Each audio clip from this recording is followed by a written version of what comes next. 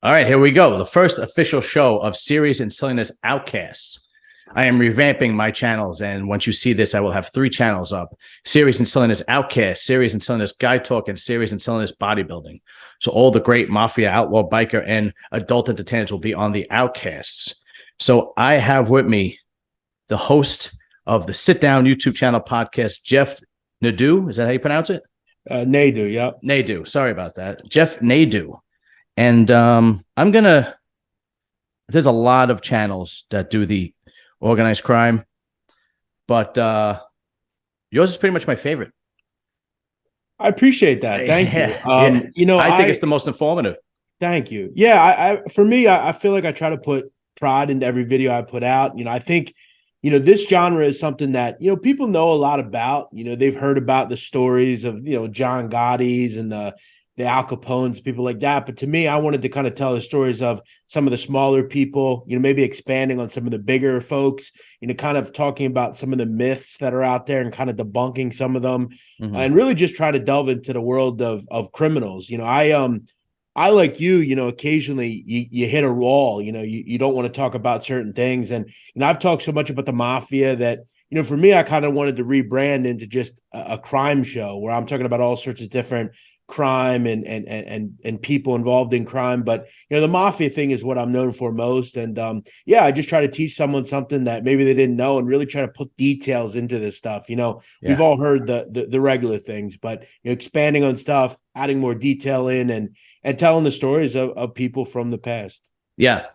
Well, what's great about, before we get into your show, which I truly love, because not only do you talk about the stuff from the past, you talk about the stuff from today, which nobody knows about. Yeah, I do. But where did you grow up? And do you have an Italian background? No, actually I don't. I'm actually Albanian, which isn't too far off. But no, I really just, I've always been interested in history. I've always enjoyed, kind of the outlaw, if you will. And for me, when I was a kid, when I was 10 years old, The Sopranos came out. And I remember, my mother and father were weekly viewers. They watched it every night.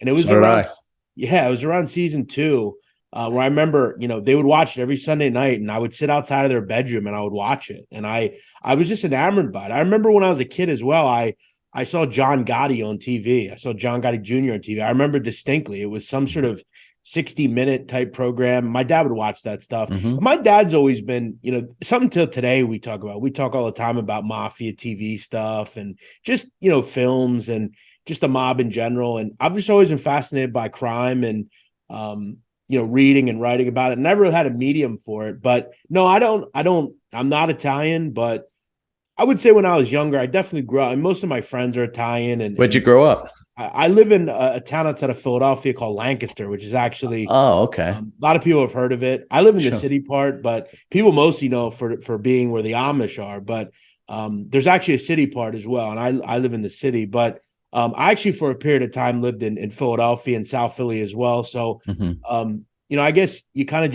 you get enamored, you see the films, the TV, and you want to know more about the people, the real people behind these things. And if you look at history, you've always heard the word the mafia, right? And you think of, at one time, the mafia essentially was running parts of this country. And I've just always been really fascinated by that. But, I've always expanded into other things as well. I talk about all sorts of different organized crime, but no, I don't have an Italian background.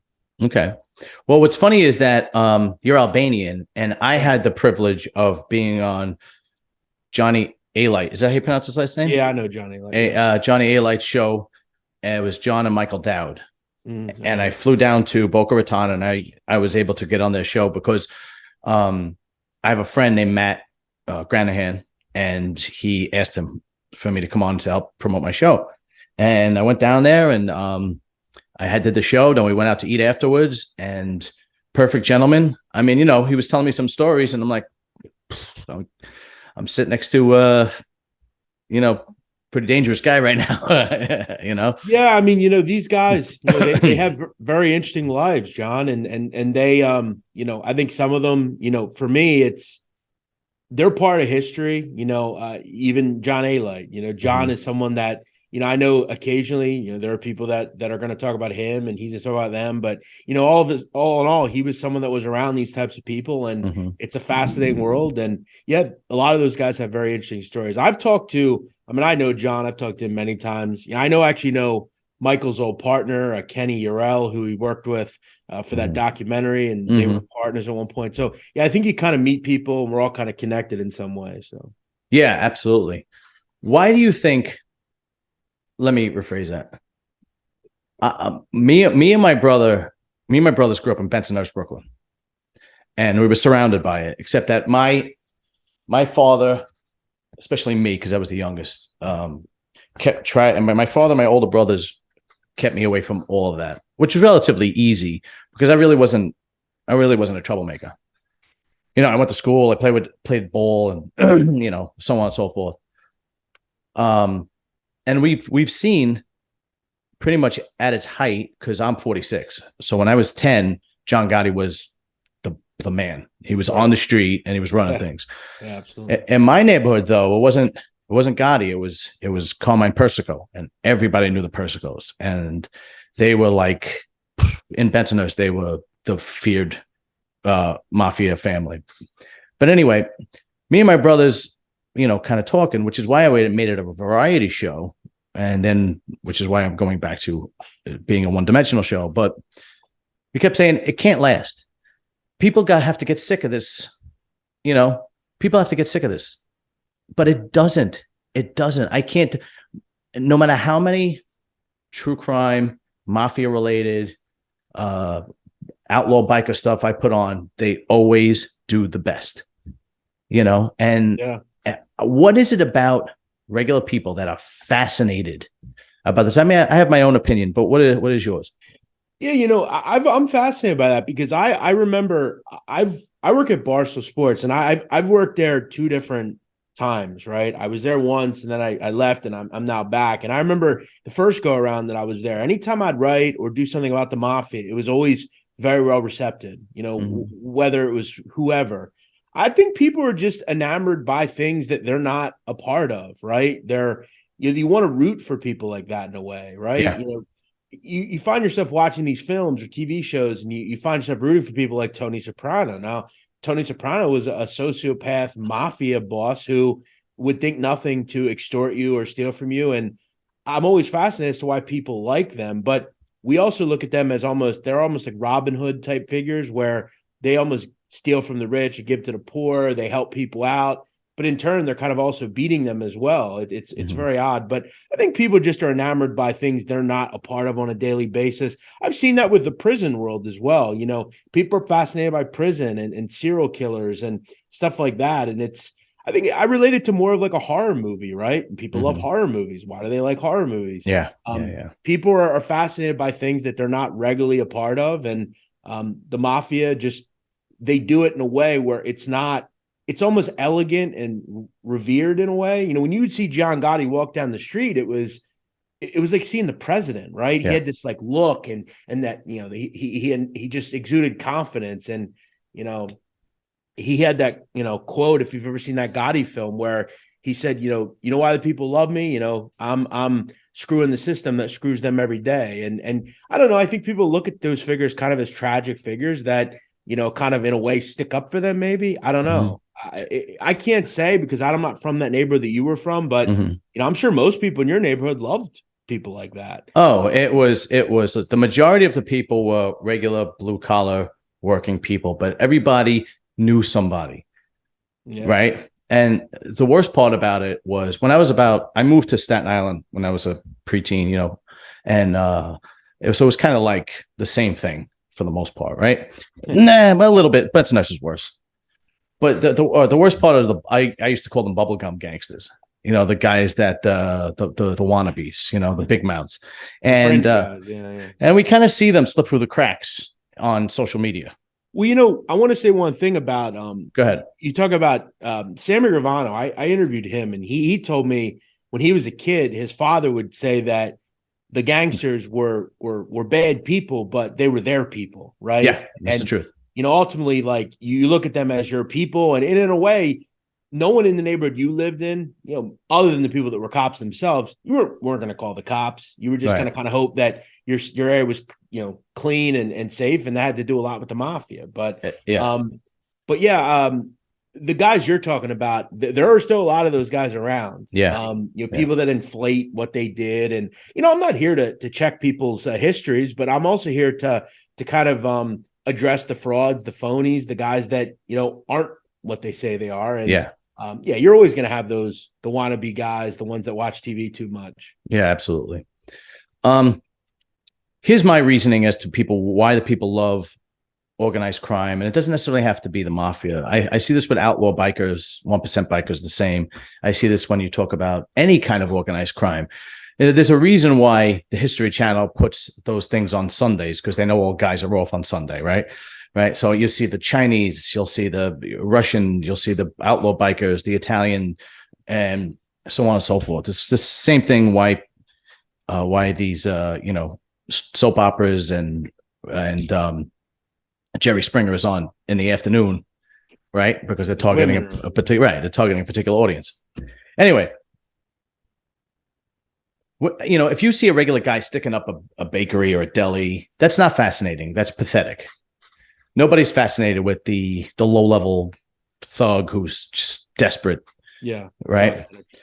But when you have I think men are interested in organized crime, one, because of the power that it gets, two, because of there's a code within organized crime that you have to stick to.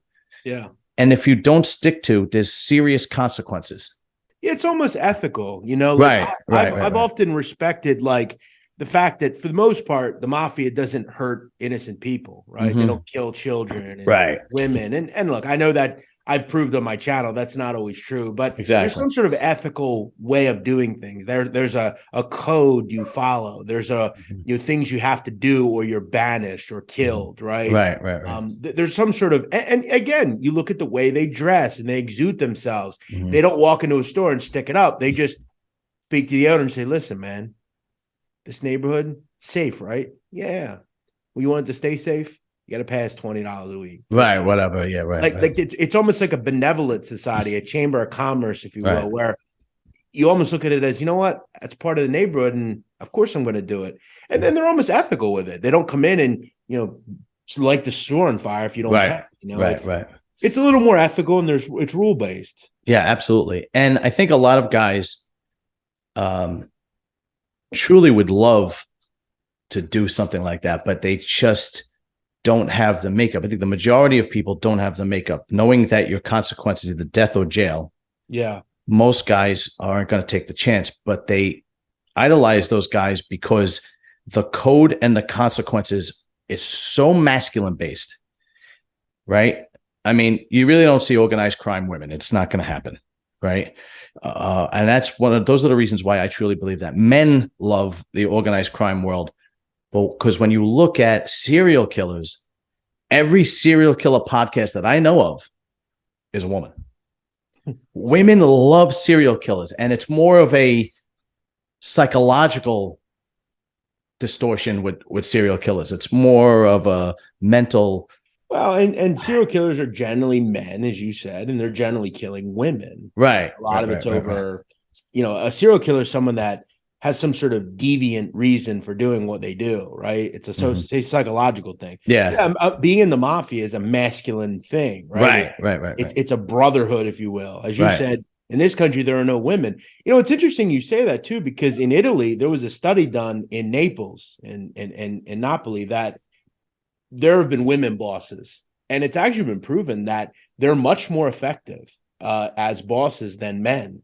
And over there, it's a lot more normal, a woman boss. Mm-hmm. Here, it's a lot different. But yeah, I think you make a lot of sense. I never thought of it in that way as far as, why people are enamored by the mafia. And I notice, I occasionally have women viewers, but for the most part, it's mostly men.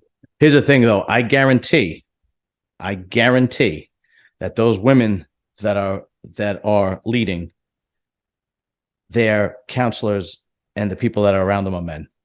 Oh, absolutely. I guarantee it.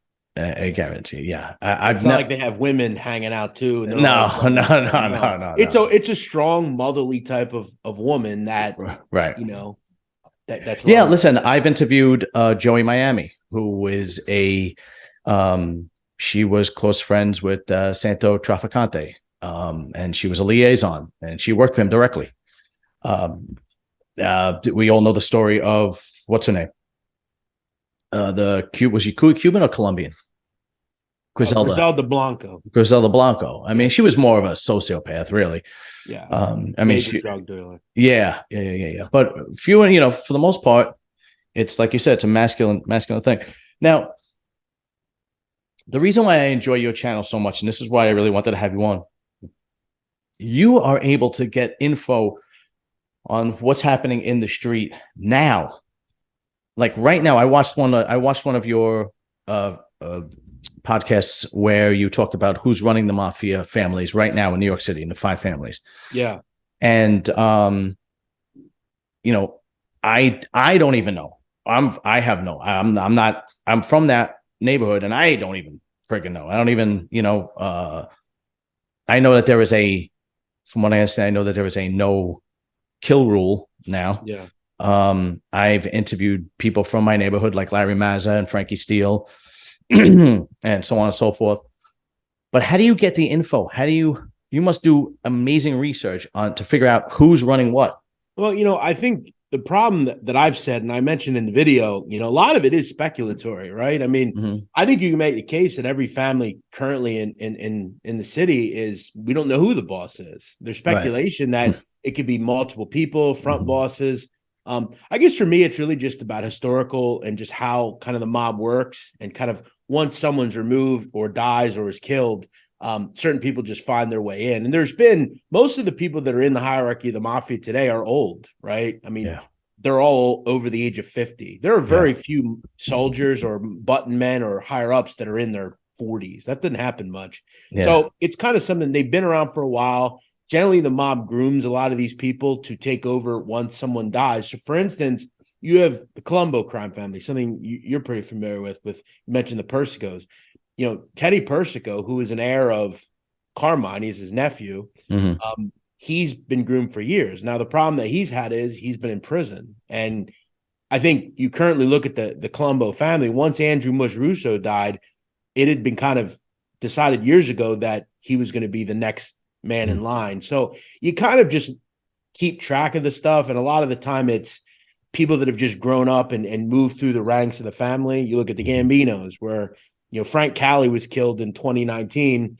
There was already a grouping that was higher up as well. They were then just going to slot in. And I know it's not Dom Cefalu because he's off the street from what I understand. And there's only one person left that it could be. So it's a lot of research. It's a lot of, it's not a science, because it's not like the mafia comes out and says, hey, this is who's running our organization. Right. You just kind of assume. And I don't think it's perfect. I'm sure there's certain families where I'm wrong. I believe one person might run it and that's actually another person. But and some of the families are very secretive. The Genovese family is known for that. They've been always had front bosses and acting bosses. And, you have someone running, but it's actually someone else. So they're very cryptic with that. But it's a lot of research, and just kind of I've always been blessed with a good memory and be able to retain a lot of things. So it's all just memory a lot of the time. Yeah, it's amazing.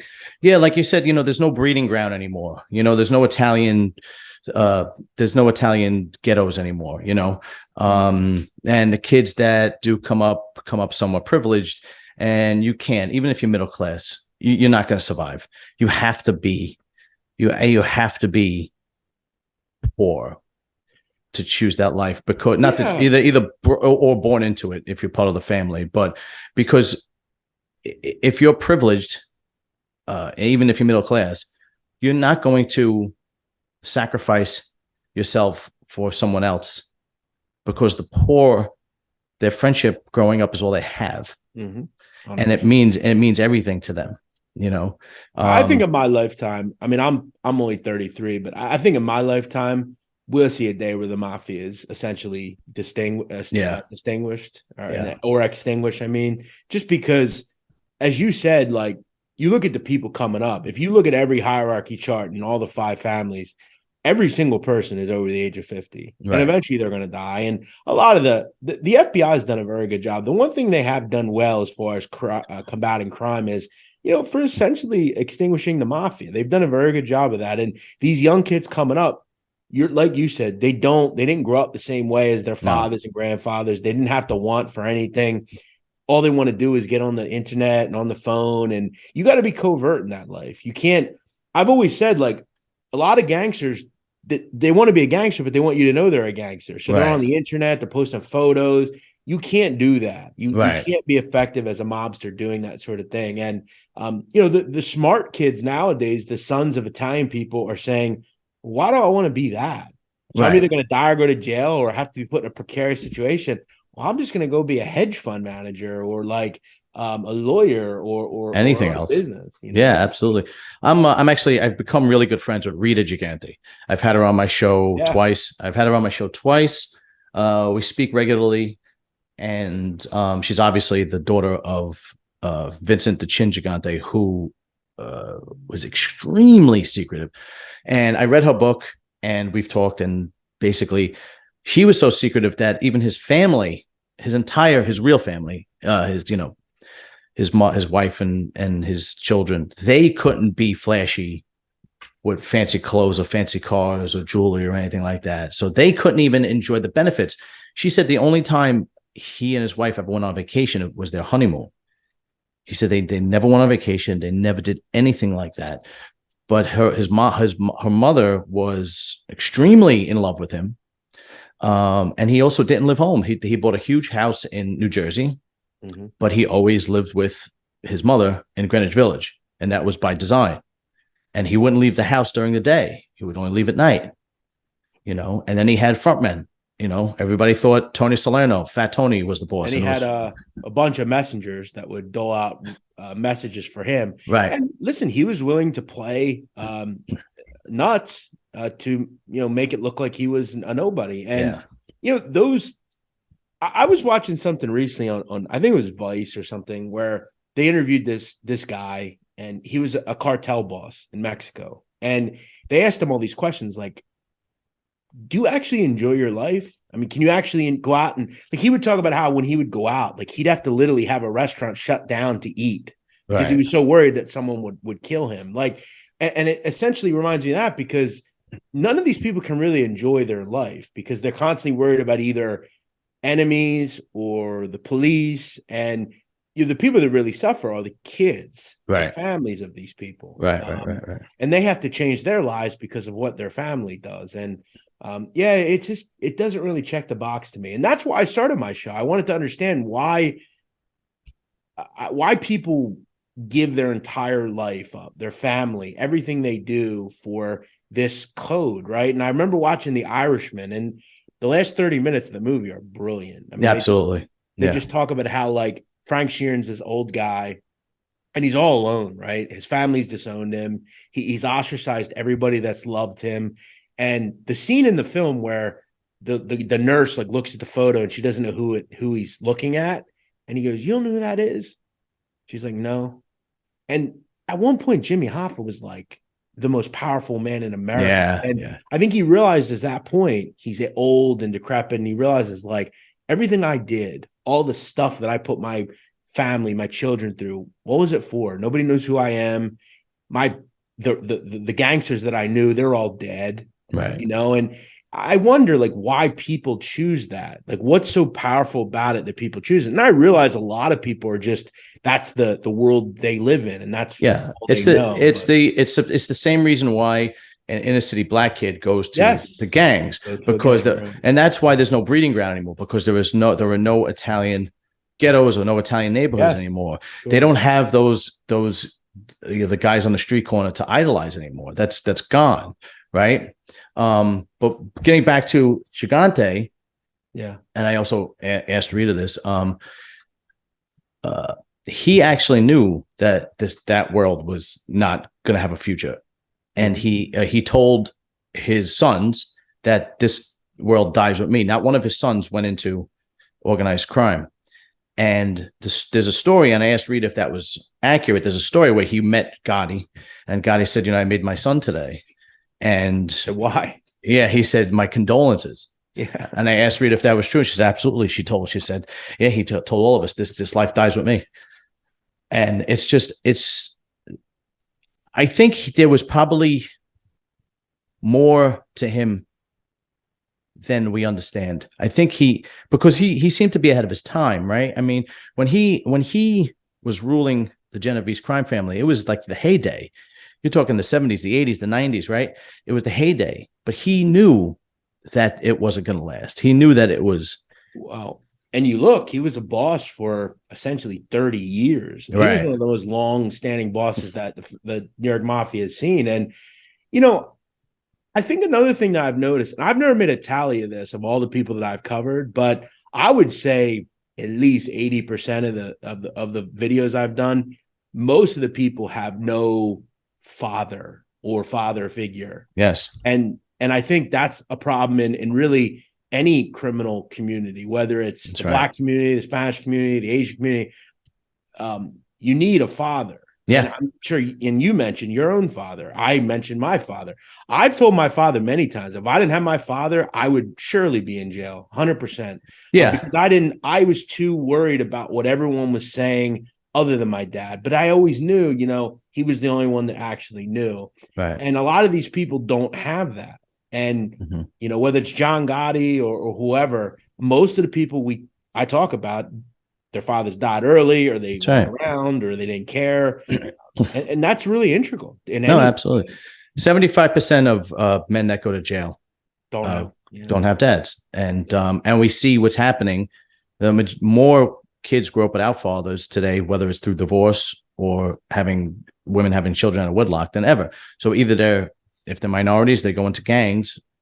And if they're white, they seem to become very feminine, because they're influenced by more women than anything else, right? Anyway, that being said, so I'm going to ask you some fun questions. Who is out of everybody you researched, who is the most fascinating mafia person you've ever? I don't care if it's a boss, if it's an associate, who's the most fascinating person that you read you did their research, and you're like, my God, I would always say the most interesting person I think in the history of the mafia is Greg Scarpa. I mean, I've always just, and I know he has his confidential informant stuff, but I just look at his life and it's just fascinating. Everything from, you look at some of his marital decisions with allowing a younger underling to have sex with his wife, to have the fact that he killed, probably dozens of people. And then he becomes an informant and nobody knows it for like 30 years. He then gets AIDS in the most random way possible. Even during having AIDS, he's out in the street shooting people. That's right. Hurting people that mess with his kids. He was just a wild lunatic. And he actually helped the FBI. Yeah, absolutely. With what was it, the Ku Klux Klan members, right? Right. But he was also like just really powerful and everybody feared him. Yeah. He's super interesting. Tony Salerno, he's probably if I look at gangsters, he's probably the most just interesting to me. He made more money than anyone ever in the history of the mob. There's nobody that made more money than him. And he was just this guy that you always see. He would look like your grandpa, he had a cigar in his mouth, and he's just fat guy just sitting there all day. And little do you know, he's super powerful. I would say those two. There's a lot of smaller end guys that I've looked into that are really interesting, but I would say probably those two. Yeah. I would love to know the relationship between Tony Salerno and Vinny the Chin. I would love to know how they coordinated together. Well, we actually have a lot of basis and research behind that, because Chin had a rule, and I'm sure Rita will know this. It was illegal to ever mention his name. Yeah, you have to point to your chin. Yeah, you say Chin. Now, there are certain historical aspects where people do. And two of those people were Salerno and Tony Ducks. They were very close, those two. There's a lot of wiretaps where they're discussing openly Chin and his behavior and how he acts. And Tony Salerno almost seemed annoyed by the fact that, he's behind doing his thing and I got to deal with all the bullshit and the nonsense and I got to deal with everything on the street. There's a lot of interesting wiretaps. There's a book. I'm actually going to show it to you right now. This is a great book. It's called Wiretap. Okay. By James Good. And it's basically an anthology of different wiretap conversations. And in that book, they highlight that. And I think, obviously, I think they kind of knew the rules, but it almost seemed that they were a bit annoyed by him and him always constantly being kind of out of the way, and they got to deal with all the nonsense. And I think Tony made a lot of money and Vinny made a lot of money, and I think it all worked out. But I think there was some animosity between them for sure. Well, and Tony went to prison and died in prison, right? Yeah, Tony. And never said a word, right? All those guys. I mean, those were the last true guys. Right. There's a story of Tom Mick Santoro. He was the second in command in the Lucchese family under Tony Corral, and he was around Tony Salerno and all those guys. And at his sentencing, the judge, kind of went on this long-winded thing about you being this guy and that guy, and Santoro essentially just says, I don't need to hear your story. Just give me my sentence. Give me the 100 years. I know what I'm getting. I don't need your nonsense. And Salerno did the same thing. These guys accepted the fate. They realized who they are and what they are. And there's only two ways you're going to go: die or go to jail. And that's you have to look at that and be somewhat respected. You have to respect that in some way. Absolutely. If you're that entrenched in what you believe, that you're willing to die for what you're doing. Yeah. I guess there's something that can be gleaned from that, but they don't really, and that's another thing as to why the mafia will die. They don't really make people like that anymore. No. You have to come from nothing. Mm-hmm. You have to come from nothing. You have to come from the street where you have nothing in order to have that bond of the underworld. Otherwise, it doesn't work, because you have to realize that if it wasn't for this, I'd be nothing. I'd have nothing. It's kind of like the outlaw biker thing. The outlaw biker thing is a little different because the majority of them, really don't have ethnicities. Some of them might be white only or Spanish only or something like that. But they take in the recluse, they take in the runaways, they take in the prisoners, the guys who have no family, the guys who have nothing, and they say, "Here, we're your family now." Mm-hmm. And they still, to this day, have this secret society. And I've had 3 1% guys on my show. And it could only be general questions. And they told me beforehand, he goes, "Oh, come on, but I can't ask anything specific." 2 of them wouldn't even tell me the bike clubs they were in. They would just say, "Look, it's one of the big 5. That's it." Yeah, I see. Where I live now, I'm not going to say which group, but there's a huge concentration. I see them every day where I live. I mean, and they are in PA. In PA, I already know who it is. Yeah, they're very imposing individuals. They all have the cuts and they're all, the bikes are huge and they just look like very intimidating people who, and you're right. They're a group that have this, they love the cut on the back of their, because they look at it as a brotherhood and allegiance. Yeah. That 1% badge, it means everything to them. Yeah. It's a family. And, and that's a good point that you make about just, they're willing to accept the people that are on the outside, the outcast, right? That doesn't have a family. Like it is human nature to want to be within a community. Okay. It is part of who we are. People have, since the dawn of time, have worked within communities. What's the first thing that happens when somebody goes to prison? They join a gang because they want to be part of a community. But even like on the outside, like look at absolutely like sports teams, like people like sports teams, because it's you go to the game on Sunday and everybody likes the same team and it's like a regional thing. That's right. We have a tribal mentality as human beings. We have a tribal mentality. That's why I truly think that this whole being alone, no neighborhood community anymore, everybody's inside the house, I think it's the worst possible thing, especially like I grew up in the tail end when there was still community and people knew everything. Like I would be around the corner and my mother knew where I was because somebody had told her where I was, and she was like, why didn't you I told you not to go. Like one time we were allowed to go out for lunch. Okay. That's how different it was back then. It was the early 80s and I was in elementary school, and we were allowed to leave either go home for lunch or go across the street and get pizza, right? So my mother said, okay, you can go out for lunch, but you got to go to, I think it was J and V Pizza, right across the street from the school, right? And my friend that I was with, Gregory, I'll never forget. He goes, no, we're not going to go there. We're going to go to Da Vinci's, which was like 6 blocks away, right? And I came home, and that night, not as soon as I got home, but when I got that night, my mother said, you went to Da Vinci's today? And I was like, see, and it, when they say it takes a tribe to a village to raise children, it's the truth. And I think one of the things that we're missing is the fact that so many kids today are either raised by one parent, or they don't go out and play in the street anymore, and so on and so forth. Social skills are lacking. And it's funny you say that, because where I live now, I live in kind of like a development, like where there's a bunch of houses, and it's not a city, but it's more suburbia. But I go out every day, and I run, and I try to stay in shape. And I notice when I go out, the one thing about the neighborhood I live in, I do see kids outside playing. Oh, good. I was thinking about that the other day, like, wow, you don't see that much anymore, but they're always, they're playing with toy guns or playing basketball. That's good. That's good. And, where I live in New Jersey, yeah, nothing. Interesting. Yeah, it's definitely a lot less. I know that. It's more like I'm telling you, the kids go to soccer, the kids go to karate, the kids go to swim, they go to football, and that's how they. It's not go play outside. Go finish your homework, go play outside. It's finish your homework, you got karate practice. It's finish your homework, we got to go to soccer. It's finish right. That kind of thing. I had another question for you. You said you interviewed Sammy the Bull? Yeah, I have, yeah. Okay.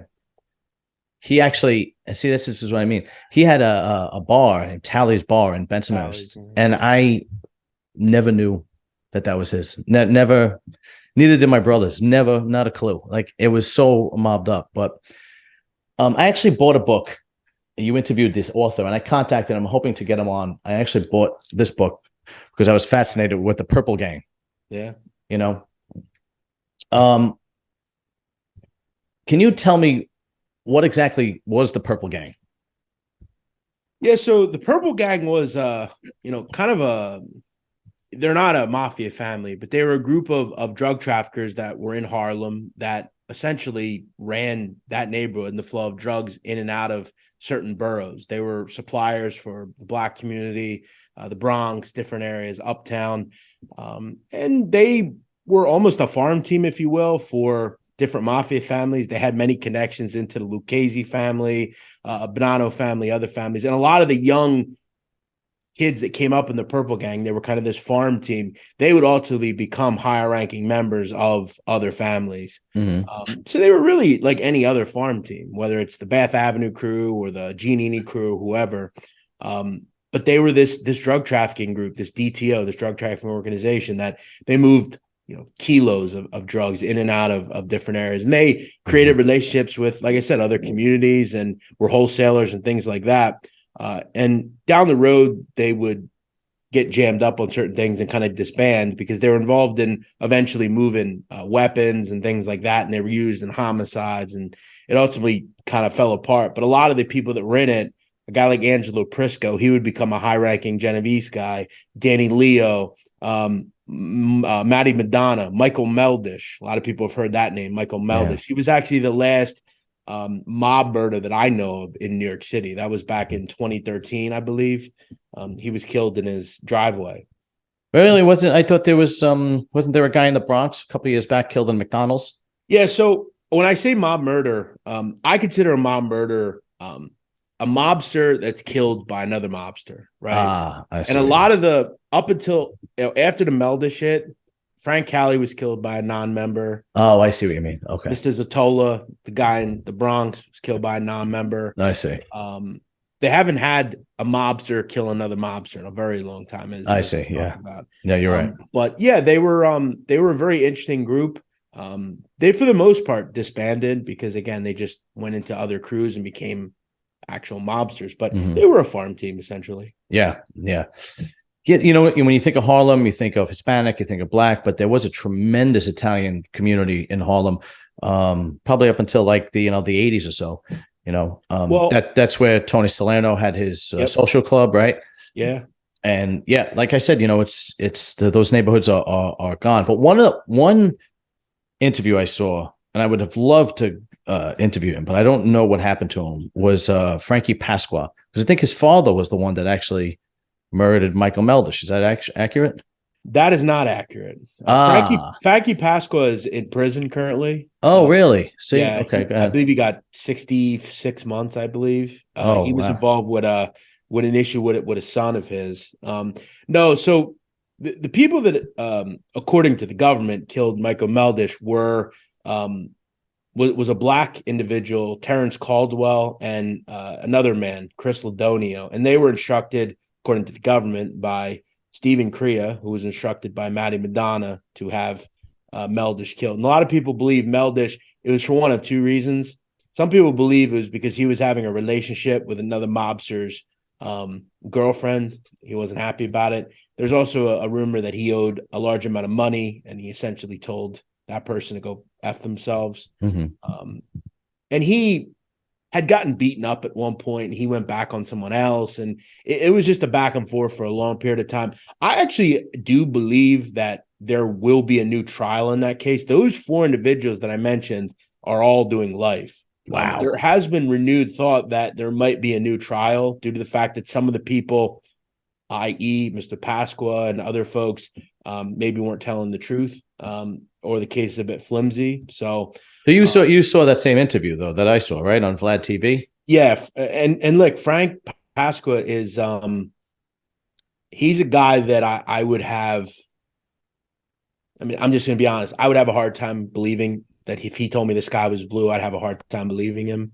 Okay. I think he is a bit of a. And look, you run into some of those folks. For me, I'm willing to hear the story, but I also then need to verify. And there's guys that were around that world, and Frank Pasqua was. I'm never going to tell you he wasn't. His father was as well. But then you have some of these folks that you'll see on the internet that were never associated with the mob whatsoever. They're no different than you or I. And they tell stories. But yeah, the Meldish murders is really interesting, and we'll see if that trial gets some renewed look into, and maybe they get a new trial or something. But so you think the large majority of that interview was fabricated from Frankie Pasqua when he was on Vlad? Absolutely. And I know Vlad ain't going to call him out because Vlad doesn't know much about the mafia. So see, that's the biggest issue I have. Why would somebody with that kind of platform let these guys slip through the cracks? Because he's not the only one. Okay. I'll just say it. Because I did a video on it and it was clear as day. Anthony Raimondi. Oh, well, he's loud, Anthony Raimondi. Me and several people in this community have devalued literally everything he said multiple times. And Vlad, I like Vlad. I've always enjoyed his interviews. So do I. I listen to a lot of his. He does a lot of drug dealer interviews. Yeah, he does. Oh, great stuff. Yeah, absolutely. Different rappers and stuff. And I actually, and if I ever talked to Vlad, I would ask him. He lost a lot of credit in my eyes for that because all he had to do is a simple search. Yeah, it's not difficult. No, absolutely, because he went from guys like Johnny Alite, Anthony Ruggiano, Larry Mazza, and then down to Anthony Raimondi and Frankie Pasqua. And I remember when I watched the Anthony Raimondi thing. Well, what at first I was like, all right, but when he did the Vietnam story, I was like, all right, we're done here. I mean, literally every part of his story is a complete lie. It has to be because he never. Every person he speaks about is the most famous mafiosa, and they're all dead. Right. And so you can't. And there were things that he says, and he does. First of all, the goatee. If you're from New York and you're from that life, you don't have hair on your face. Period. Absolutely. I know there are other guys, there are other people from other parts of the country that did, but if that was like the number one rule. And they also don't really dress like that. Like with the pinky rings and the cigar. It was just Italian horn. Like that. It's they don't really. It's pathetic. And again, like everything from the story, from the beginning of his life to really today, is all untrue. And I've done videos of like identifying certain things that he says that really with just a simple search, he could find out that it's very easy to understand that he's lying. I mean, everything from being related to, Charlie Luciano to, killing the Pope, to killing 300 people in Vietnam, to, it's all nonsense. And I think it's shame on Vlad for giving him a platform. Anyone that will give him a platform, I will not. Like, I've had people ask me to get on interviews, and I look through their catalog and I see his name and I say, look, I'm sorry, I can't be seen on that. I don't want to be associated with that. I think it's a joke, really, because a lot of people are watching that and thinking like that's what the Mafia is, and it's not. It's not. I mean, he's literally made a story up, and he's getting people to buy things from him. And like, if you look his name up, the only thing that will come up, John, is he shot himself in the leg with his own gun. Like, 10 years. That's the only thing that comes up. It's very funny. So did he actually do any time in jail? Because I did a video where I did a video, and it was like a 5-minute video, and it's still to this day one of my best videos. And I just put Anthony Raimondi's full of shit, and obviously I just put SH star T, right? SH star T, right? And it's still my bet, but I still have people saying, no, he's the real deal. He went to prison, and so on and so forth. And even though it's hard to believe, he's real. And I'm like, the majority, don't get me wrong, the majority of the comments are like, they're making fun of him, Well, he made a comment at one point when he was a kid that he was arrested for murder and went to MCC. Now, there are two things that would right away I can understand that he's lying. First of all, when you commit a murder, you don't go to MCC or MDC. You're going to go to Rikers or a local holding. Federal's not going to pick up one murder on the street that some kid commits. They're not going to put you in MCC or MDC. And a simple search, he mentioned it happened in the early 70s. MCC didn't open until 1975. Oh, wow. Okay. Yeah. If for instance, John, if you're in New York City and you're on 8th and 27th and you shoot somebody and kill them, the feds are not going to pick that case up unless it's tied to the Mafia or an organized crime group. That's a state case, and you're going to go to Rikers. Very simple. That's where you go. Or Brooklyn House of Detention, or these places that were around. You're not going to go to the federal building, and stuff like that. When I hear, I can identify right away. Plus, I've mentioned this before. If you were ever an associate in the Mafia, you had even a very small role. I'm talking about in the last 40 to 50 years and to today.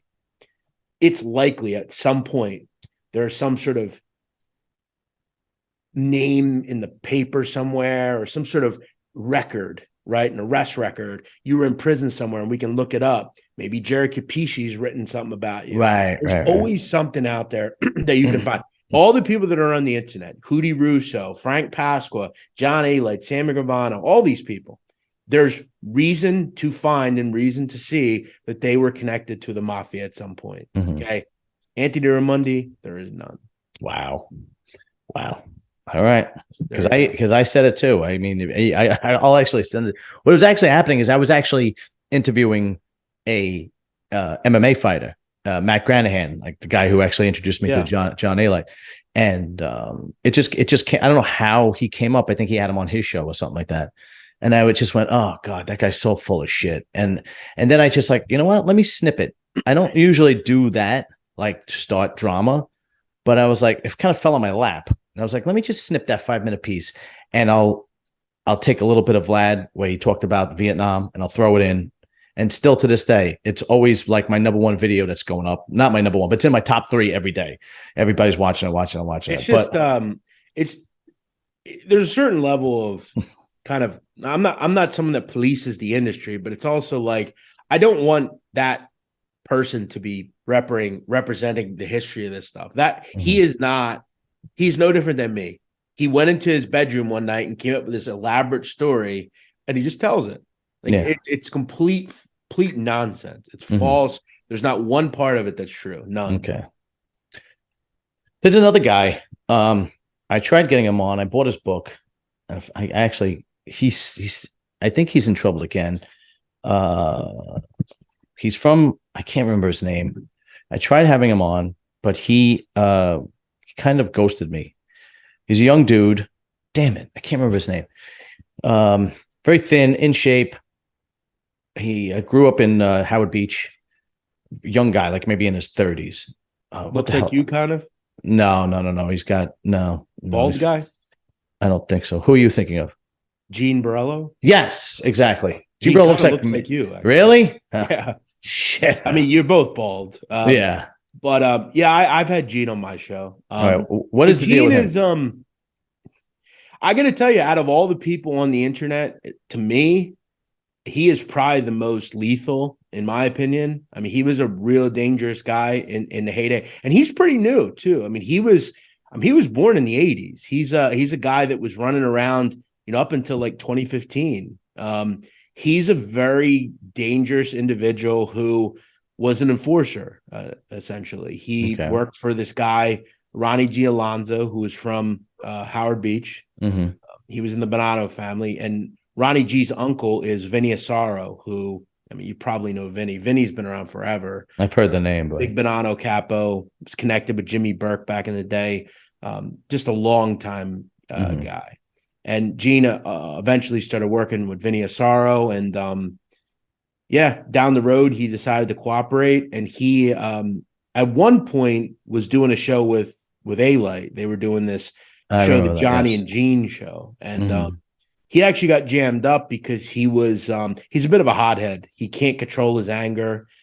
He got into a beef with his ex-girlfriend's husband or something. He threatened him on the phone, and the parole pulled him and took him off the street. He actually got banned from being on the internet for a while. Was going through all sorts of nonsense, and now he's kind of back doing his thing a little bit. But he lives down in Florida now. And I got him on my show to just kind of talk about his life. But he was a wild child, man. He was, lighting cars on fire and sticking people up. He was a tough dude, but a hothead. Yeah.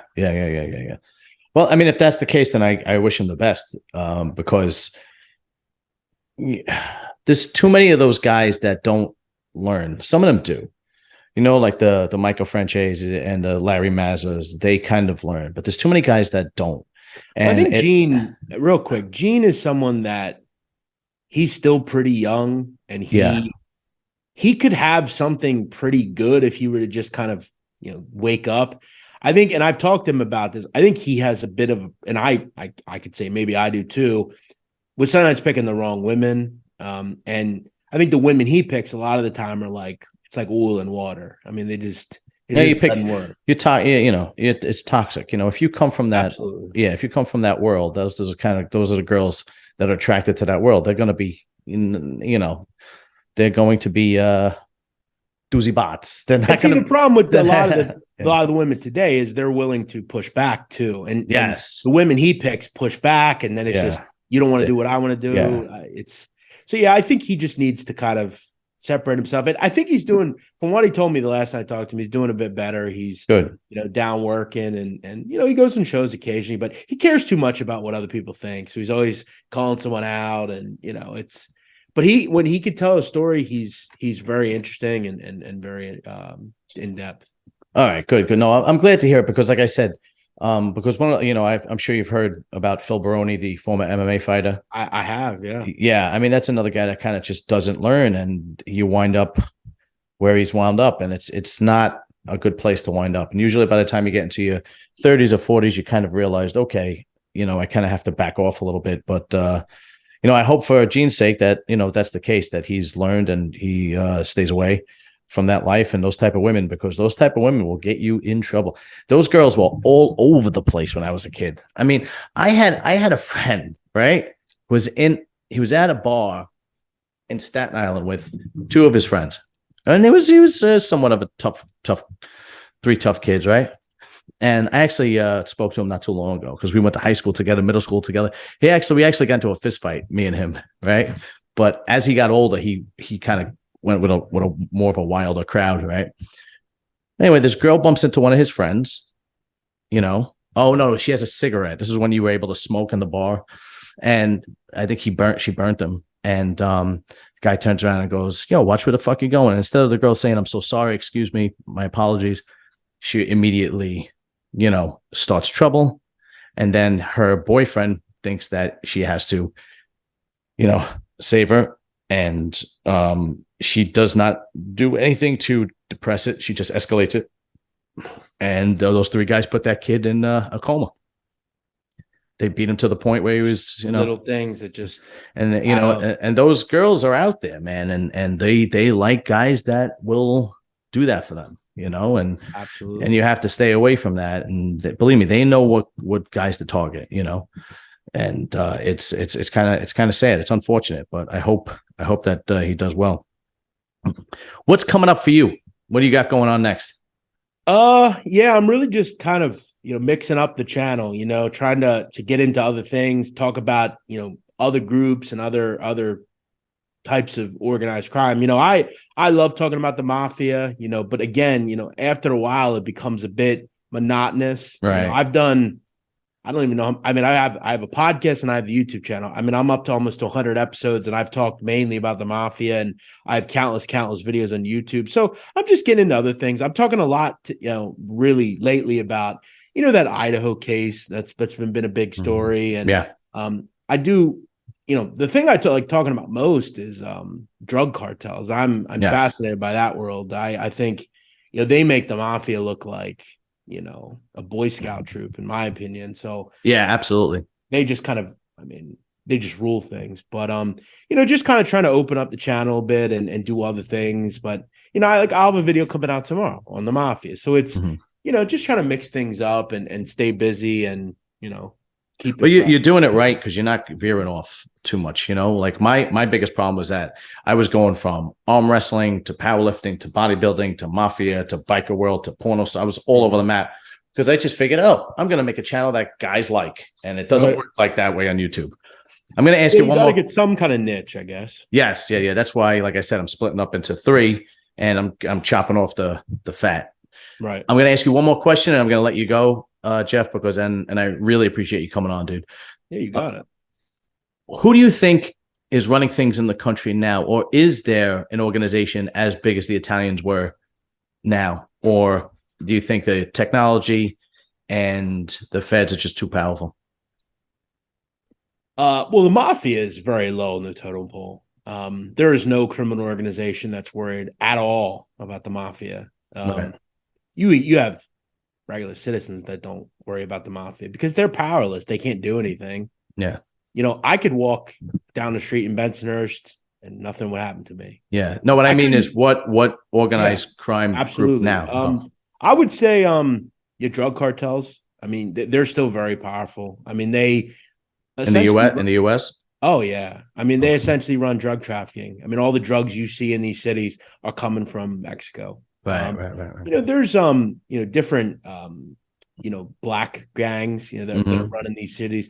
I don't know if there's one legitimate organization like the mafia though that they're used I don't think so either. There isn't anyone like that. They're all kind of regional groups, and now they're national in general, but they don't all work as one. They're all different subsets, and they all kind of work. And the federal government's done a nice job at even knocking those folks down. The different drug gangs and things like that. So, the mafia is definitely still around. It's got its own niche and what they do, but it's a problem for them is because a lot of this stuff is being either legalized or it just can't be done anymore. Right. You can't go into a Home Depot and shake them down. You can't.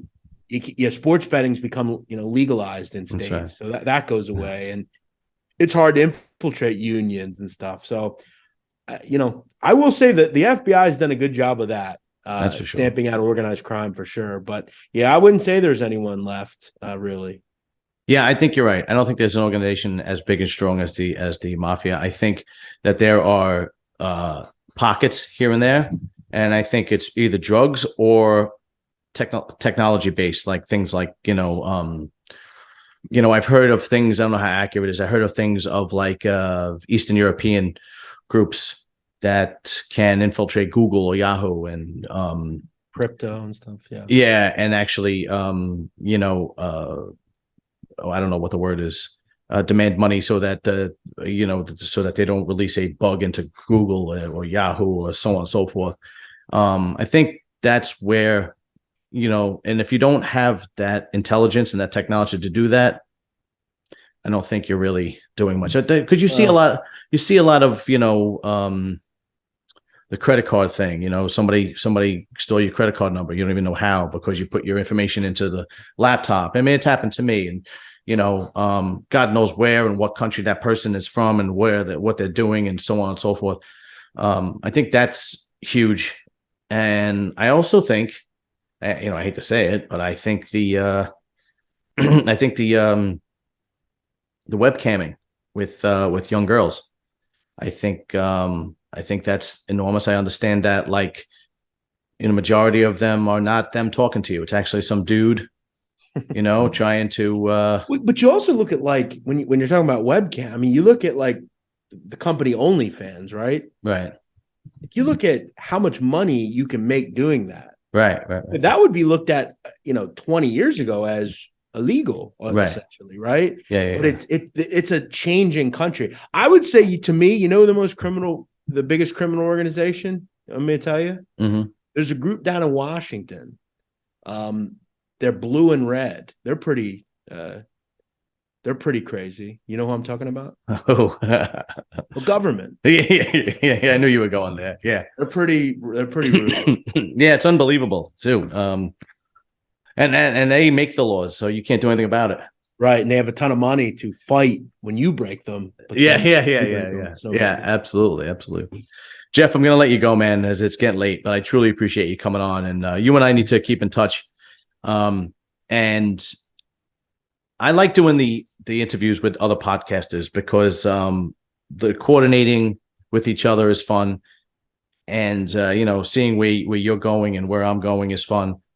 And I think we, podcasters and YouTubers need to stick together because if we don't, then that's a way to expand who you can interview, what information and how things work, and so on and so forth. So I always treasure when I get somebody like yourself on, and I truly appreciate it, man. Well, yeah, I appreciate you having me. I'll say you before you go. You say you're from Bensonhurst. You should interview Jimmy Calandra. He's from Bensonhurst. Yeah.